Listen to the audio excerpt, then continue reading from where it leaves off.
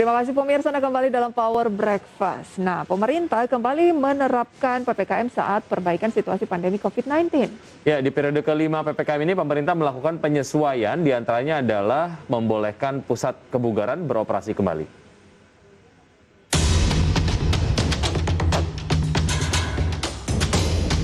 Seiring dengan membaiknya situasi pandemi COVID-19 di tanah air, pemerintah kembali melakukan penyesuaian dalam pemberlakuan pembatasan kegiatan masyarakat atau PPKM periode 5 hingga 18 Oktober mendatang. Menteri Koordinator Bidang Kemaritiman dan Investasi Luhut Binsar Panjaitan mengatakan, pemerintah juga akan melakukan uji coba penerapan PPKM level 1 di Jawa Bali, yaitu di Kota Blitar. Implementasi uji coba PPKM level 1 diberlakukan karena Kota Blitar telah memenuhi syarat indikator WHO dan target cakupan vaksinasi dosis 1 sebesar 70% dan dosis 1 vaksinasi lansia sudah mencapai 60%. Pada penerapan PPKM level 1 akan berlaku ketentuan mendekati aktivitas kehidupan masyarakat yang normal. Untuk itu, sejalan dengan uji coba tersebut, pemerintah juga akan mengencarkan deteksi melalui testing dan tracing serta meningkatkan disiplin protokol kesehatan. Pemerintah akan melakukan pengawasan ketat dengan memonitor seluruh aktivitas masyarakat di Kota Blitar agar apabila terjadi kenaikan kasus dapat segera dikendalikan.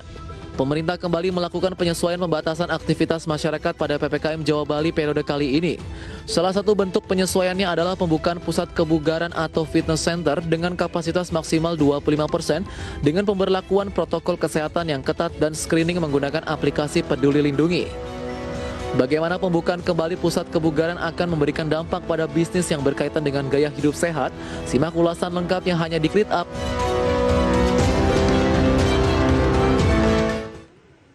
Ya, ini adalah sebuah sinyal yang positif dari pemerintah sendiri pada saat penerapan PPKM periode kelima, pusat kebugaran kembali boleh dibuka, tapi kapasitasnya maksimal 25% dulu.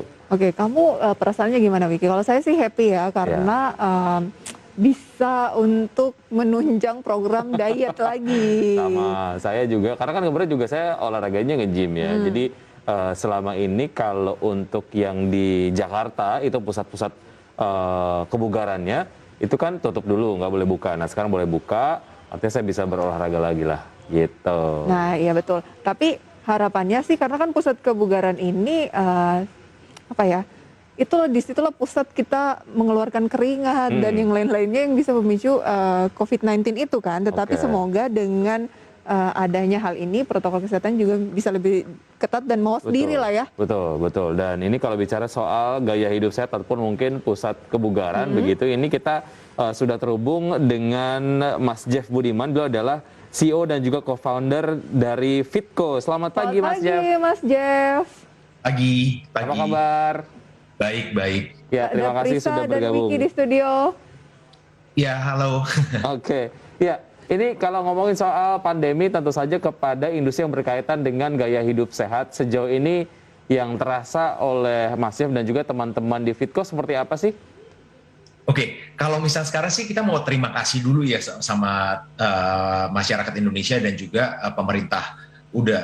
Sehingga kita dibiarkan untuk atau diperbolehkan untuk membuka tempat kita lagi gitu. Cuman memang kemarin hasil diskusi dengan pemerintah, kami paham bahwa concern-concernnya dan juga dengan perkembangan teknologi itu akan membantu kita untuk mengkontrol seperti yang sudah disampaikan oleh pemerintah juga bahwa untuk masuk ke sini harus melalui lindungi dan juga ada sedikit perubahan, artinya untuk kita berolahraga harus melalui appointment gitu. Jadi sekarang ini jauh lebih terkontrol dan lebih baik lagi ya. Kami harapkan ini bisa menjadi satu perubahan lah ya untuk kedepannya sehingga orang-orang tetap bisa berolahraga dengan aman dan nyaman. Oke.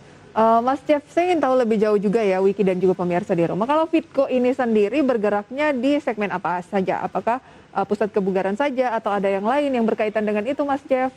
Oke, kalau misalnya kita ngelihat awal mula Fitco, sedikit tentang Fitco.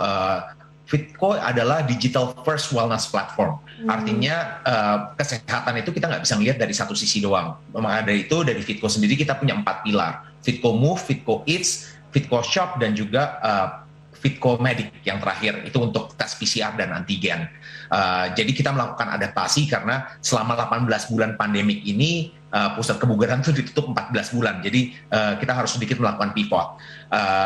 yang kita lakukan adalah bagaimana caranya membantu Indonesia atau membantu masyarakat Indonesia ini untuk preventive healthcare.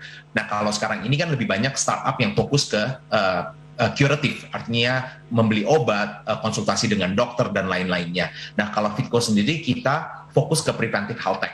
Jadi bagaimana caranya, karena 78% tingkat kematian di Indonesia itu disebabkan oleh lifestyle disease, dan ini yang kita coba untuk solve the problem. Oke, kalau dibilang Fitco itu singkatnya adalah sebuah aplikasi teknologi kesehatan lah ya? Betul, health tech ya, preventive health tech. Baik. Oke, kalau dilihat dari berbagai macam pilar ataupun lini bisnis yang dimiliki oleh Fitco, mana yang sebetulnya secara performance paling baik, Mas Jeff, pada saat pandemi ini? Kalau secara pandemik, otomatis kalau sebelum pandemik yang terbaik adalah dari Fitco Move itu sendiri, dari olahraga. Cuman dikarenakan oleh pandemik itu, kembali lagi seperti yang saya bilang, bahwa tempat kita tertutup dikarenakan oleh pandemik, yang sangat naik signifikan adalah dari makanan. Artinya sekarang ini sudah mulai ada perubahan lifestyle, di mana teman-teman di sini sudah mulai merasa oke untuk membeli healthier option food gitu. Dan itu yang selama 18 bulan terakhir tuh naik lumayan signifikan. Oke, untuk laboratorisnya juga cukup signifikan ya? Iya, karena ini new business, yes. Tapi itu juga sedikit, ya untuk sekarang ini thankfully sudah mulai turun ya. Artinya kan jumlah orang yang kena COVID juga sudah berkurang gitu.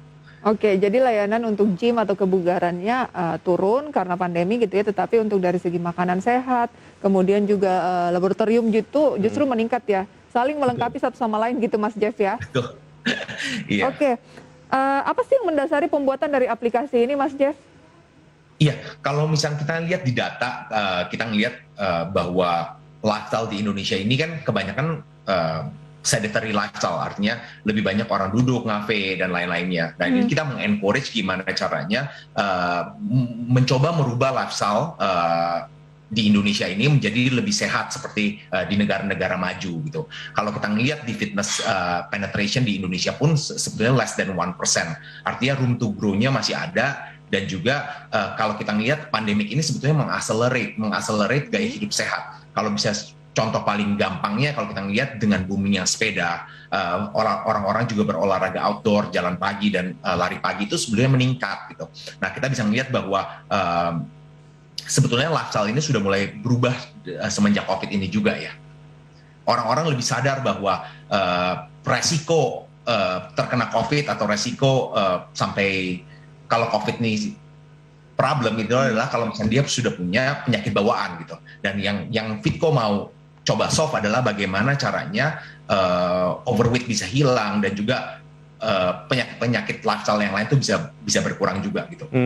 Baik, dengan menerapkan gaya hidup sehat, otomatis kita terhindar dari penyakit, dan turunannya adalah semoga kita tidak memiliki penyakit bawaan begitu ya, karena secara lifestyle itu sudah diperbaiki lah dengan rajin berolahraga, makan makanan sehat dan lain sebagainya.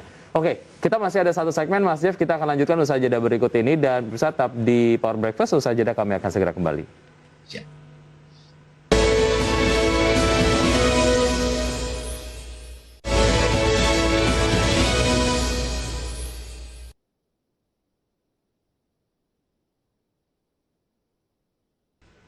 Ya, terima kasih Anda masih bergabung bersama kami di Power Breakfast, dan saya masih berbincang bersama Mas Jeff Budiman. Beliau adalah CEO dan juga co-founder at Fitco.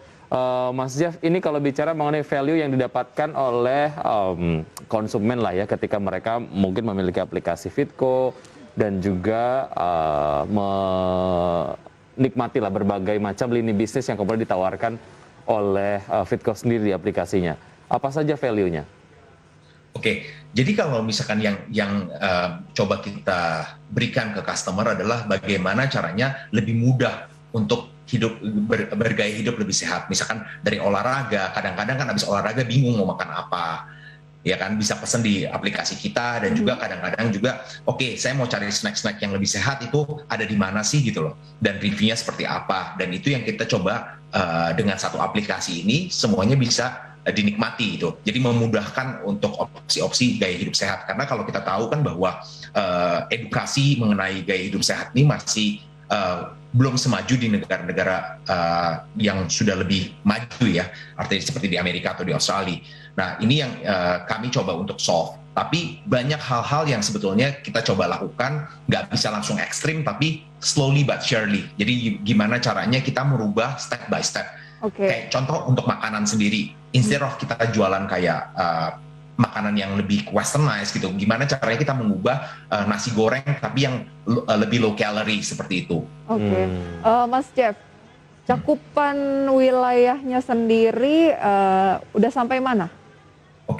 Kalau sekarang ini sih kita masih lebih fokus di Jabodetabek, tapi kita punya visi ke depannya adalah bagaimana mendigitalize kita punya workout itu sehingga bisa menyentuh tier 2, tier 3 city. Nah, kalau misalkan sekarang kendalanya kalau Mas Jeff? Ya, nampaknya kita mengalami kendala komunikasi dengan Mas Jeff. Satu hal yang cukup menarik sebetulnya kalau kita buka aplikasi gitu ya, misalnya yang tadi sempat disampaikan oleh Fitko, kitanya sudah melakukan banyak olahraga, tapi when it comes to makanan yang akan kita konsumsi. Halo Mas Jeff. Mas Jeff?